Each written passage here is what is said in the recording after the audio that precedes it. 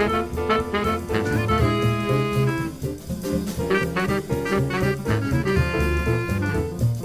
and welcome to the Chiaroscuro Jazz Podcasts. I'm George Graham, Director of Artistry and Repertoire for the venerable jazz label, which for over a half-century has been presenting music from some of the world's great jazz musicians. In this series, we'll have conversations with some of today's outstanding players and their thoughts on some of the artists who have recorded for Chiaroscuro. This time we feature renowned and versatile bassist Tony Levin. After starting in classical music, he moved on to jazz and has been known as a ubiquitous electric bassist who is also known for playing the Chapman stick instrument. He's established a reputation for his work in progressive rock groups, including King Crimson and Peter Gabriel, but his career includes recording with Buddy Rich, Lou Reed, Peter Frampton, Carly Simon, Chuck Mangione, and James Taylor. He has also published a book of his photography and maintains an extensive website. I started by asking him about his musical beginnings. How is it that you got into music, and how specifically did you arrive at the bass as your primary instrument? Well, first of all, thanks for having me on. Pleasure to be here with you. I started playing bass at really a young age. I'm guessing 10 or 11 years old. And my older brother, a lot of my career has been because my older brother Pete was a musician, 3 years older, and he was a musician before me, and he played jazz before me, and he played rock before me. So in a way, I've been following him along. He did not play bass before me. So Pete played French horn when he was a kid, and his favorite records were of Julius Watkins, the great jazz French horn player. And Julius Watkins was in a group of about four players who were the same, but they did Julius's albums and they did Oscar Pettiford's album. Oscar Pettiford was the bass player in that group, and whoever was the artist name on the record, we listened to the records. The younger brother, I wasn't buying my own records, so I'm listening to these, and it was the same group. So I really grew up, aside from the classical music I was obsessed with and listening to, I grew up hearing Oscar Pettiford, loving his approach to playing, and it was only really the last few years of my career that I realized how much he influenced me, even though I didn't specifically play that kind of jazz until maybe 10 years ago when Pete and I decided to form a band and specifically to play that kind of, I guess what you would call cool jazz of the 50s. So big influence from Oscar Pettiford for sure. And why I chose music, aside from that my older brother was a musician, I'm not sure, but I love music. Loved playing the bass from a young age. My parents asked me what instrument I wanted to play, and I wanted to play the bass. I didn't know why. I still don't know why, but I know after more than a couple of years, I am still very gratified and challenged and happy by playing the bass. Now, your biography says in your earlier days you were an acoustic bass player, but then gravitated toward electric bass, I think working with Steve Gadd and such at Rochester. Yeah, I was classical only, really. As a kid, I studied bass and I played classical. I played in orchestras locally in Boston, where I'm from. And I was accepted at the Eastman School of Music in Rochester, classical only. No jazz allowed in those days at school. And how lucky was I, aside from having a chance to play in the Rochester Philharmonic and kind of ending that journey of what I wanted to do, what I was so focused on doing, I did it at a young age, good thing. So I was able to change direction a bit. Had I been 30 when I got into the orchestra instead of 20, I might have felt kind of trapped there, because as much as I loved the music, I didn't really love being in the orchestra and playing the music every day. And doubly lucky, triply lucky, Steve Gadd was in the same school, and Steve had no bass players who wanted to do gigs with him. He was gigging. I wasn't very good at it in those days, but I raised my hand. Hey, I'll do it. If none of the other bass players who are maybe better at it than me, they're more obsessed with classical, and so I started playing jazz with Steve, and had some learning to do, especially for the time. Where you place the time is extremely different in jazz than in classical. And then I branched out after a few years playing with jazz with Steve. I branched out to rock, where I seem to have found more of, and to electric playing, where I seem to have found the home that I mostly stayed in. Right. Now, around that time, you were involved with with Chuck Mangione and Steve Gadd and that group from Hmm. around there. And I remember there was that album that the Rochester Philharmonic did with Sure. Chuck Mangione. Friends in Love. Yeah, Yeah. it was yeah, bringing the classical players in, kicking and screaming the string players in to play some jazz with the not myself, but the others, the hot jazz players who were filling Rochester. Really great. Buffalo and Rochester has a great jazz tradition and great bebop players, all of whom were around when in the late '60s when we're talking about.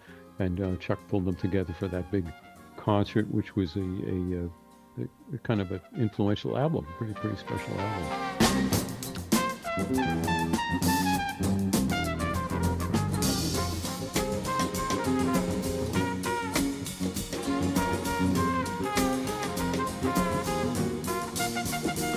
Right. Steve and I, let me say, Steve and I, uh, before that, before we played with Chuck, maybe Steve had played a bit with Chuck because they grew up in the same town, but we were playing nightly with Gap Mangione, which is a great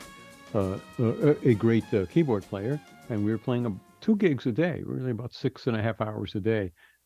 Great education for me musically, and a great opportunity to really try and get right this new genre that I was digging into of playing jazz instead of playing classical. Right. Were you ever in part of the Chuck and Gap Mangione quartet? No, maybe there's one video floating around that I had forgotten about Mm-hmm. on YouTube, with the drummer Vinny Ruggiero and Jerry Nywood, and Chuck and Gap. And so there was that that I played. So I must have played with them a bit, but it wasn't a regularly playing band that I was a member of. Mm-hmm. All right. Well, getting into moving into the more electric mode, what kind of moved you in that direction? Uh, Let me think. I'm thinking back. If you want, I'll give you the full story, and Okay. you can head it down. A group called Jackie and Roy came to Rochester, Oh yeah, and wonderful, wonderful spouse yeah, vocal group. wonderful. Yeah, and I was one of the youngsters, uh, tongue hanging out and listening to this great music. And the bass player is Andy Muson. Andy Muson, wonderful bass player. I'm still in touch with him. And he was playing this thing called a Fender bass, a Fender Precision bass. I didn't even know what it was. And the kid that I am, I'm not that I'm that much younger than him, but I went up after the show. I said, "You sound great. What's that? And where'd you get that thing?" And he gave me some superb advice, really simply. He said, "It's a Fender bass, a Fender Precision." He said, "Don't get a new one. Go get a used one." There was no expression of a vintage one or the concept of an old one being worth more than a new one. He said, I can tell you his words because they're burnt into my memory. He said a new one would cost you $220. This is in about 1966, I'm guessing. A new one will cost you 220. An old one, a used one, will only cost you 180. So get that. So, and he told me to go to New York City, take a train to New York, and go to Dan Armstrong's guitar store in the Village, and there'll be a bunch of them on the wall. And I did exactly what he said, and there were indeed a bunch of them. The paint sanded off because that was the what you did in the late '50s. I don't know why. And for exactly $180, as he predicted, I bought a Fender Precision, '50s Fender Precision, not knowing it was a very special bass. It's just boom, that was my bass. And so I played that bass and only that bass for a long time afterwards. I was uh, very comfortable playing it. Some people don't. Yeah, what's the word for it? Some musicians are not that comfortable switching from acoustic upright bass to electric bass, and for good reasons. And I was very comfortable with it. In fact, I really rejoiced in being able to hear myself in the band instead of playing with loud drummers and not really hearing a note that I played. Uh, so there you go. So I pretty much put the acoustic bass aside, and no, I played it a little bit in the future. I didn't play it a lot, and eventually I got a really good an NS electric upright that sounds pretty close to the acoustic bass, and I do play that a lot, especially in jazz context. But I was and am comfortable with electric bass, and I don't anymore have that Fender Precision. But pretty much I stayed in that ballpark. I moved to a Music Man bass, which was invented subsequently by Leo Fender, and then we started Fender basses, and it sounds quite similar, but with more lows and a little higher highs. and that's the bass to this day that I mainly play. Great. I was talking to, I think it was Tom Scott, who was mentioning some of the people that he was working with, and they're in the late 60s, the transition between the acoustic bass players and the electric bass players in studio work, and that the acoustic players who are having difficulty transitioning to electric were just not finding as much work. Yeah, I'm no expert at that because I came to New York as an electric player. But yeah, music is always throwing the music business or industry is always throwing curveballs at us, and there's a lot of luck involved. And what's good is to stay with what you love. If you love playing acoustic bass, you should be playing acoustic bass, Hmm. I think. And if there's less work, that's rough. That can be tough. And it could happen someday to electric players that there'll be less. It's just I don't know. What's important is sticking with what you're comfortable doing musically and letting the rest happen and trying to do your best at finding work that's meaningful. Right. Well, let's get into some of the professional jobs you got into. Now, were you did you move to New York around that Yeah, time? there I am in Rochester with the best gigs that I could find in the city. Chuck Mangione, Gap Mangione, working a lot. Very happy, and I got the call for to tour with the Buddy Rich band, which in those days, well, probably in all days, was pretty much permanently on the road. So you don't go home to Rochester. Uh, Great. I thought that was a great thing. So I said yes, and I had 2 weeks to get ready. I got rid of all of my stuff, my apartment, all that, and I went to Boston in my station wagon with a suitcase and a bass to join the band. And This was with Buddy, was this upright bass? no, this was Fender bass. Ah, okay. And there was, and at that time, Joel DeBartolo had been playing electric bass in the band, so Buddy had made the switch to being happy with electric bass. And then Rick Laird was the bass player, and he was leaving the band. Ah. However, I got to Boston, uh, and Buddy had changed his mind and about changing bass players, and had talked Rick into staying in the band. Welcome to the music business, Tony. So there I was, having said goodbye in a big way to everyone I knew and everyone I'd worked with. Got rid of my place, and I had a tough evening in Boston trying to decide what to do. I'm from there, so I could have gone back to live with my parents for a while, and didn't face that. So the next day, I turned my station wagon west with the base in it, and I went to New York City where I knew a guy I could sleep on his couch, and for that reason, and only that reason, I became a New Yorker. And to finish the story, years later, maybe three, I'm not good at the years, but 2 years later, let's say, I was kind of a known New York studio player who plays jazz. And Buddy's band was coming to town, and they didn't have a bass player, and what do you know? They asked me to join him for a week at a club and then record an album. 74, this was, because it was called The Roar of 74. I remember the album. Uh, yeah. Every night after the gig, Buddy didn't speak to me, but the manager came up to me and said, "Buddy really likes you playing. He'd like you to join the band." And I said, "Oh, no, thanks." And then the second night, I said, "Oh, really, no." And then the third night, I said, "Maybe you could mention to Buddy that I actually was in the band for a minute, and that was then, and I'm not going to be joining the band now." But I did enjoy playing with him, and it was a great. It was a thrill, to tell you the truth. Although the first day in the studio, he fired the whole band for not playing well enough, but the second day we did the whole album, and there was no problem. And I just understand that was part of the tradition with Buddy.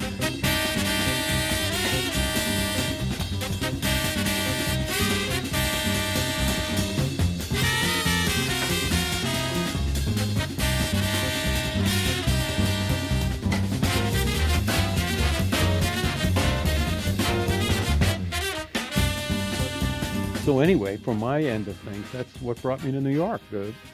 Not thrilled about the trip, and with trepidation. It was never my intention to go to the big pond and try to be a player, but there I was. Now, when did you start picking up the studio gigs? Not when I got there, let me tell you. Yeah, I know it Uh, takes a uh, while to get to be part of that scene. yeah, and it wasn't what I wanted to do, really. Really, I wanted to join a rock band was my biggest wish. But New York, Big Pond. My brother was living near there, and I had a couple of friends I could stay with. Luckily, and everything is luck, I guess.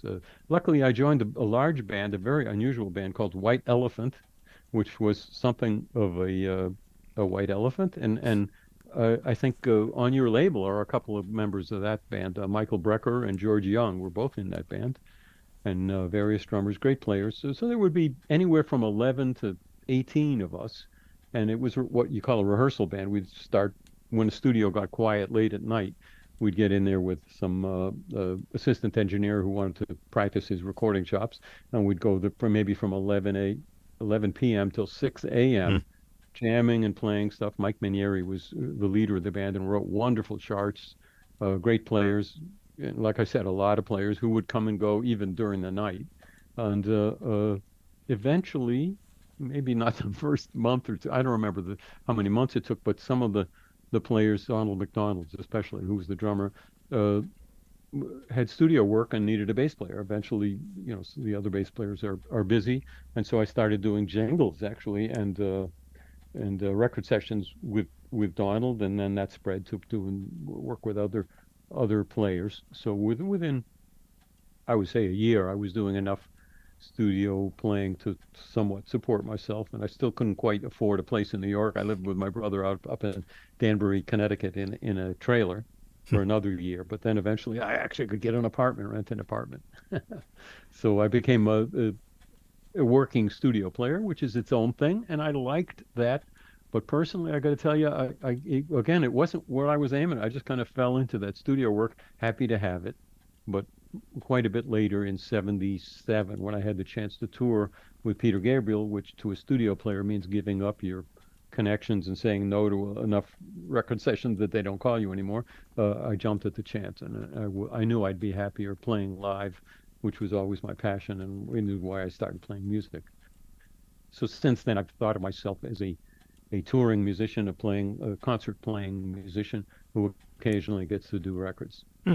Okay, it's kind of a back and forth aspect of your career there. Now, your touring has certainly included some significant names like Paul Simon and John Lennon and of course King Crimson, the lengthy association you've had with them. Tell us a little bit about how you got hooked up with people like Paul Simon and even Peter Gabriel, for that matter. Sure. In both cases, I think it's the producer who knew us or my playing, and I say us because with Paul Simon, with Steve Gadd and myself, that Phil Ramone, we had done a lot of things with Phil, and I think he suggested to Paul, why don't you use these guys? And we did a few albums and quite a few tours, and Steve probably still plays with Paul, so it was a wonderful musical experience. Yeah, and in the case of Peter Gabriel, Bob Ezrin is a rock producer who had used me on a few Alice Cooper records and Lou Reed's Berlin record, and he thought of me as a good rock player. Thank you very much, Bob. And when this guy Peter Gabriel, who'd been in a band Genesis and left the band to do a solo album, and had Bob as a producer, Bob suggested to him. Peter didn't know me or anything about me, and what was to know anyway? I hadn't played with King Crimson at that point. And in '76, in July of '76, in Toronto, I went into the studio with Peter Gabriel.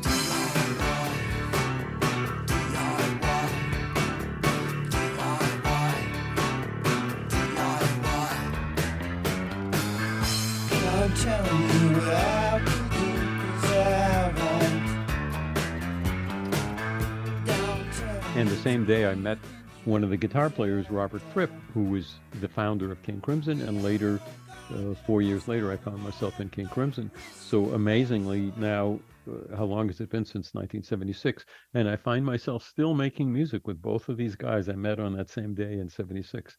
Pretty lucky, pretty great for me.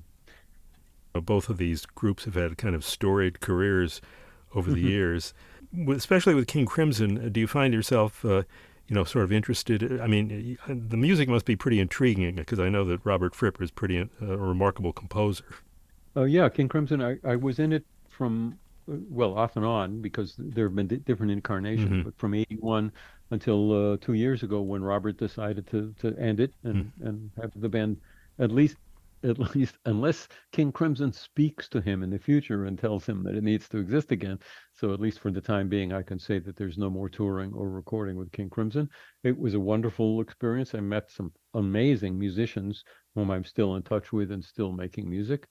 Uh, that kind of that I'm not good at genres, but pretty much King Crimson is considered progressive rock, and so is Peter Gabriel, and so I do a lot of progressive rock and continue to, and I do quite a bit of jazz uh, also, and jazz touring, and I'm equally happy in both, but kind of my musical life swung me towards progressive rock a lot, and that's a lot of what I do nowadays.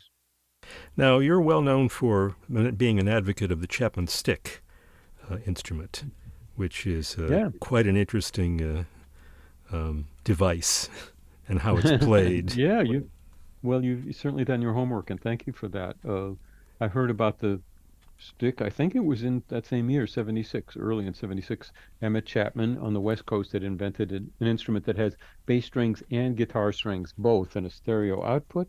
And also, if that's not unusual enough, you play it by hammer-on or tapping technique. Nowadays, everybody knows what we mean by that, but then nobody was doing that. So this was an instrument with very low action that was designed for that. So it would essentially like playing a guitar with with the strings strung very low action, but he was a very good inventor and designer, so it was easy to play. And I heard about it, and at that time I was playing the bass with tap hammer-on technique. And so a few guys I work with said, "Hey, you should check out this instrument that's made to be played that way." I did check it out, and uh, it seemed I liked the way it had a very different sound, of course, very percussive sound, different attack than the bass, and the way Emmett had set it up was just completely different. But I could cover the bass function, and I thought, well, this is an instrument I could play in some situations, and I then began bringing it to record sessions, which that first year ended up with producers saying, "Put that thing away. I don't even want to see it." But then it gravitated towards. It kind of got known, and admittedly, in King Crimson, we did this one piece, Elephant Talk, which started out with a very distinctive riff on the stick. So uh, I became known for that, and the stick became a little better known from that. And I played it quite a bit with Peter Gabriel, who was always open-minded and looking for alternative ways to do things. So it really suited itself. That's actually a good description of the instrument. It suited itself to alternative approaches as a bass player. Meanwhile, other players far better than me technically were just doing solo pieces on the stick because, like I said, it's a guitar and a bass at the same time. So you could, play it in a just a solo act and do amazing things, which I don't do. Hmm. For years I only played it as a bass, and then finally in King Crimson there was room for me musically to step into the guitar picture with Adrian Ballou and Robert Fripp and play some guitar stuff while I was playing the bass figures. So Was that Elephant Roar at the beginning of Elephant Talk? Was that you? No, the Elephant Roar is Adrian. Ah, okay. I thought it sounded like a guitar to me. That's an amazing piece. Yeah, and he's an amazing player when you think that he can sound like an elephant. That will. Talk! It's only talk! Babble! Burble! Banter! Bicker! Bicker! Bicker! Boo-ha-ha! Wilderness! Ballyhoo! It's only talk! Back talk!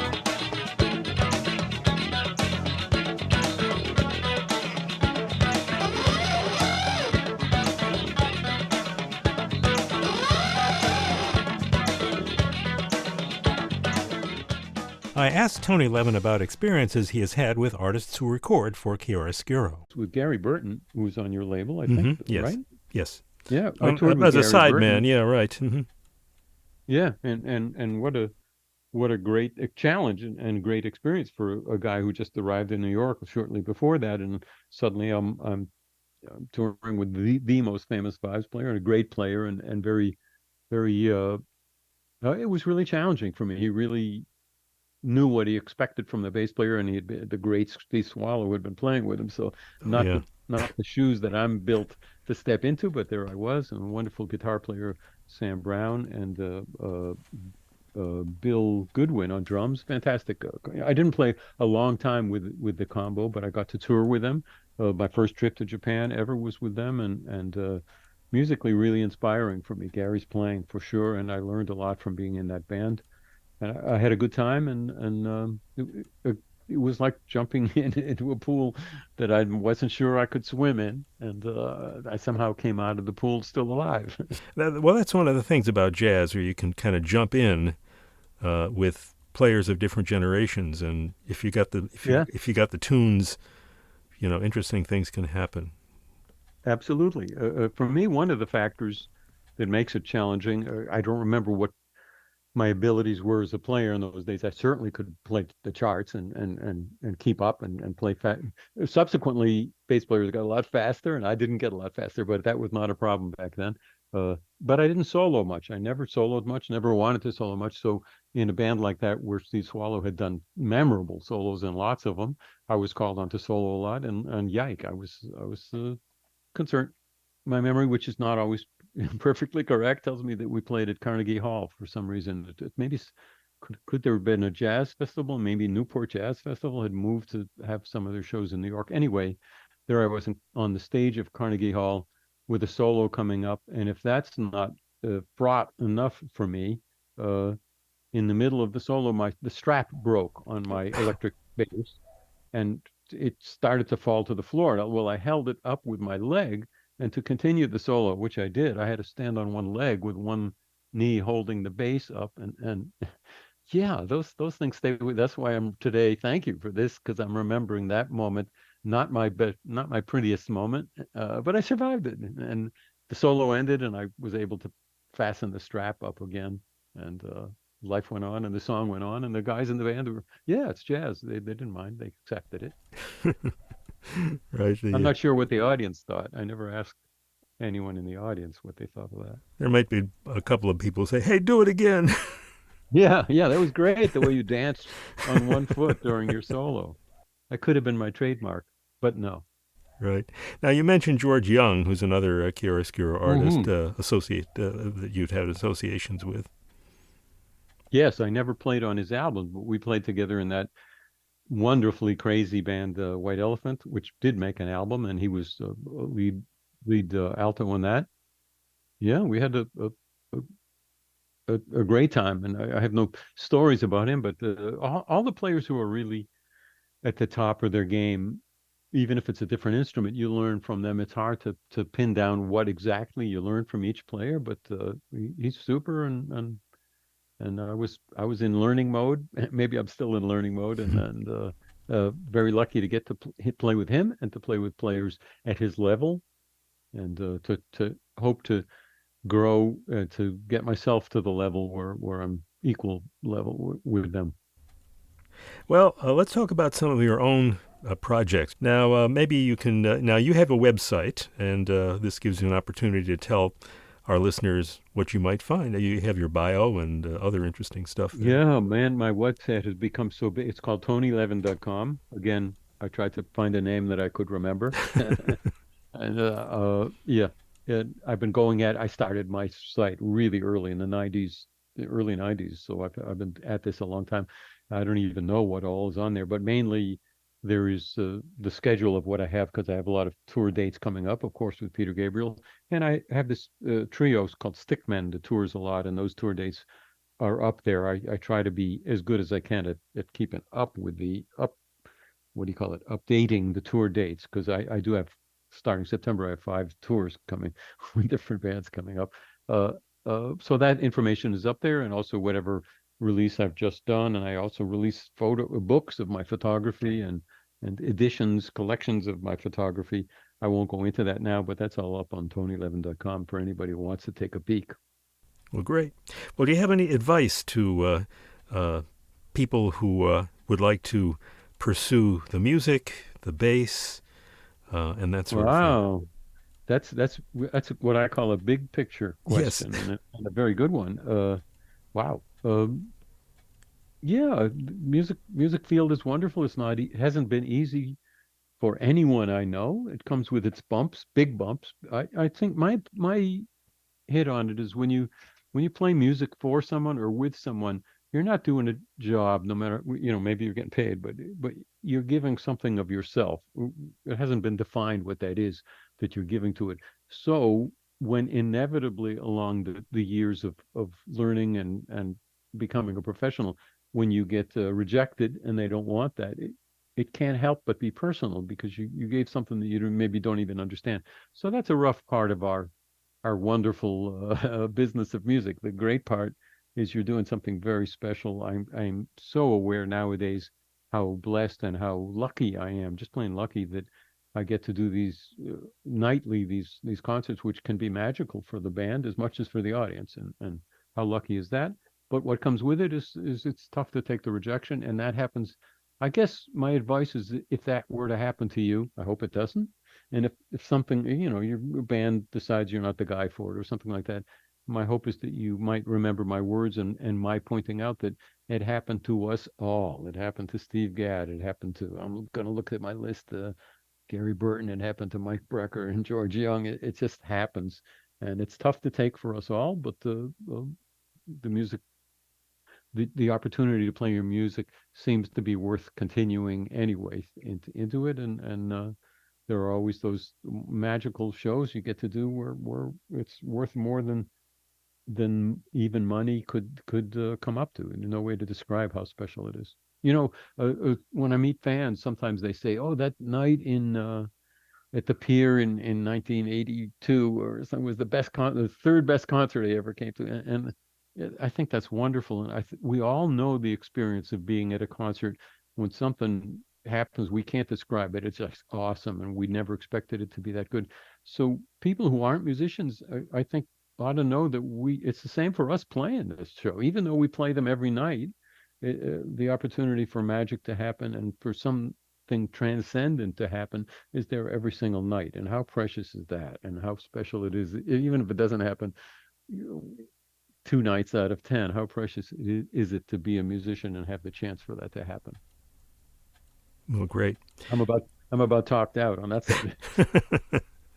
Well, just quickly, are there any artists that you see coming up now that you are enthusiastic about? I learn from all the music I hear, and I love a lot of it. I have to pass on naming things because I'm not as good as I ought to be at listening and paying attention to what I'm hearing. But frankly, the way my life goes, I'm almost always about to do a tour or an album or something, and I'm doing my homework on that, and so I get wrapped up in the music that I'm playing or that I'm about to play, or like I mentioned, 5 tours, so that's a lot of music. So so what am I saying? I'll forgive myself for not spending my day listening to much other music. So I'm not as knowledgeable about that as I wish I was. But I can say that the young players do incredible things, not only technically but musically, that inspire me to up my game and try and be uh, worthy of being on the same radio broadcast as they are, and things like that. And wonderful bands coming up, and I'm a fan of it all. Thanks to Tony Levin for sharing his experience with us. Let's go out with a chiaroscuro recording with Gary Burton, whom Tony Levin mentioned. This is a recording with pianist Jesse Green, and it's a Chick Corea composition called Sea Journey.